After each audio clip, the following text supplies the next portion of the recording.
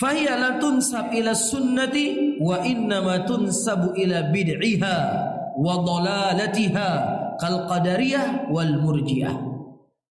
Karena kelompok-kelompok selain dari kelompok ahlus sunnah itu, dia menisbatkan kepada kebidahan, menisbatkan kepada kesesatan. Seperti kita sebutkan tadi, luar biasa, guru-guru kami luar biasa, jenazahnya saya dibawa ke langit ketika tsunami.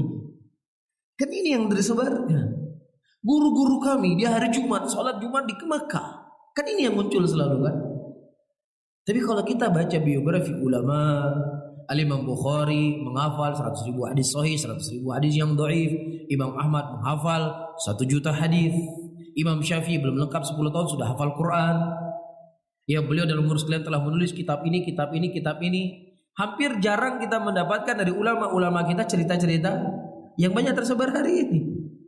Justru yang sering kita dengar kuatnya hafalan mereka, kuatnya ibadah mereka, baiknya akhlak mereka, semangatnya mereka menuntut ilmu.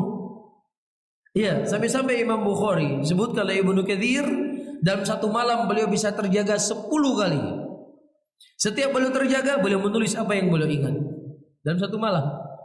Jaga lagi, tulis lagi, jaga lagi, tulis lagi. Itu yang ternukilkan dari ulama kita. Imam Bukhari rahimahullah pernah beberapa hari tidak hadir majelis. Datang teman-temannya kepada Imam Bukhari, "Ya Bukhari, kemana engkau ya Bukhari?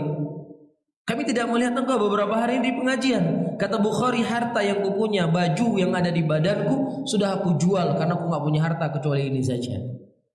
Ini kita dapatkan.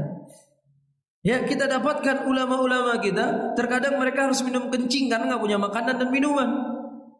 Ada di antara ulama kita terkadang mereka harus makan ikan yang busuk karena sudah tidak punya makanan kecuali itu. Tapi yang lainnya kita cerita, ulama kami terkadang 10 tahun nggak makan nasi, nggak minum, nggak lapar-lapar. Gimana coba? Nabi saja keluar dari rumahnya ke rumah Abu Ayyub, meminta kepada Abu Ayyub, "Ada nggak sisa makanan yang bisa kau berikan kepadaku?" Ini Nabi. Ya, ternukilkan dari Abu Hurairah, beliau ikat perut beliau karena kelaparan. Ya, ternukilkan Abu Hurairah berdiri di pinggir jalan, mudah-mudahan ada yang lewat bisa mengajak dia untuk makan ke rumahnya. Ini kok bisa ada orang 10 tahun nggak makan, nggak minum, nggak lapar-lapar? Ini gimana ini?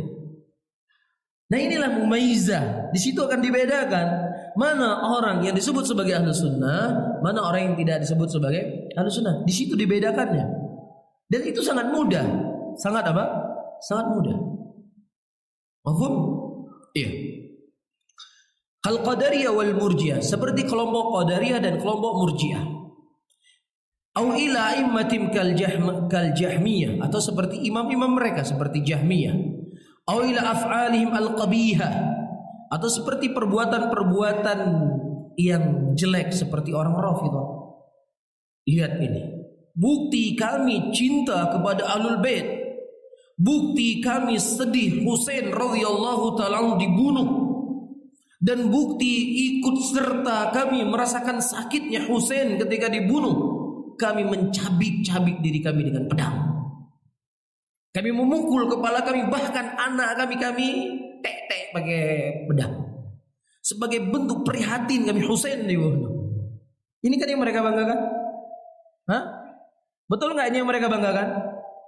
Ya, Ahlus Sunnah membanggakan. Nabi SAW menyebutkan dari hadis Anas bin Malik, dikeluarkan oleh Al-Imam Bukhari dan Al-Imam Muslim, "Falaysa minna man darabal khudud wa syaqqal juyub." Bukan dari golongan kami, kata Rasulullah, orang-orang yang memukul wajah-wajahnya ketika ada orang yang meninggal. Iya, bukan dari golongan kami orang-orang yang mau nyobek pakaiannya ketika ada orang yang meninggal. Ini sunnah Rasulullah. Ini yang kita banggakan. Lah ente menyiksa diri ente, apa ya, dengan apa ente banggakan? Ya, wala hadis yang bisa ente sanadkan kepada Rasulullah, wala riwayat yang ente bisa sandarkan kepada sahabat Rasulullah sallallahu alaihi wasallam, kecuali hanya afkar al-qabihah, pemikiran-pemikiran busuk yang keluar dari hati yang busuk pula. Apa yang mau dibanggakan? Lihat ini bagaimana kami memuliakan ulama-ulama, wali-wali, tainya kami simpan bertahun-tahun. Nah, ketika tainya sudah banyak, kami leburkan di wajah-wajah kami. Badan-badan kami mengambil berkah dari tainya imam. Ya, mungkin ada hadis barang siapa yang dilebur di usap-usap taib imam di badannya masuk surga tanpa hisab mungkin. Wallahu a'lam. Ini terjadi. Itu mereka banggakan. Ya, sesuatu dalam pandangan syariat perbuatan yang sangat keji, tapi menurut ahlul bidah wal ahlul ahwa inilah yang disebut sebagai apa? Kemuliaan. Ya. Ini adalah nikmat yang agung, nikmat yang besar ayyuhal ikhwah.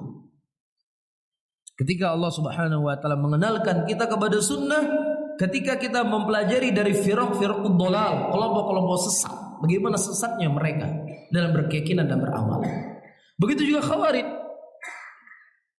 Iya. Kalau seandainya kita tanya, ya Khawarij, apa yang paling membanggakan kalian?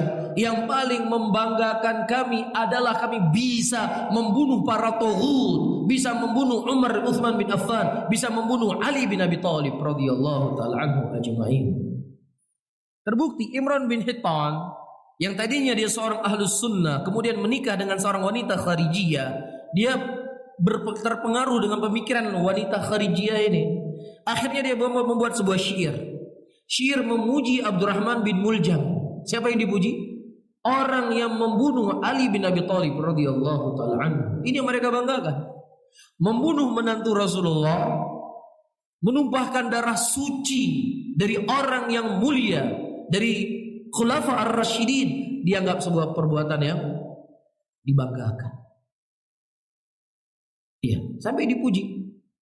Sampai dipuji oleh Ibn Hittan perbuatan Abdurrahman bin Muljam. Selalu bisa mereka memujikan, bangga dengan perbuatan mereka, bisa mereka bangga dengan ucapan mereka, bisa mereka bangga dengan ucapan-ucapan pendiri-pendiri kelompok-kelompok mereka. Bisa difahami? Said Qutb adalah pejuang Islam. Kepalanya itu ditaruh di pagar pada waktu itu. Bagaimana kuatnya dia memperjuangkan Islam. Nah, itu yang mereka banggakan.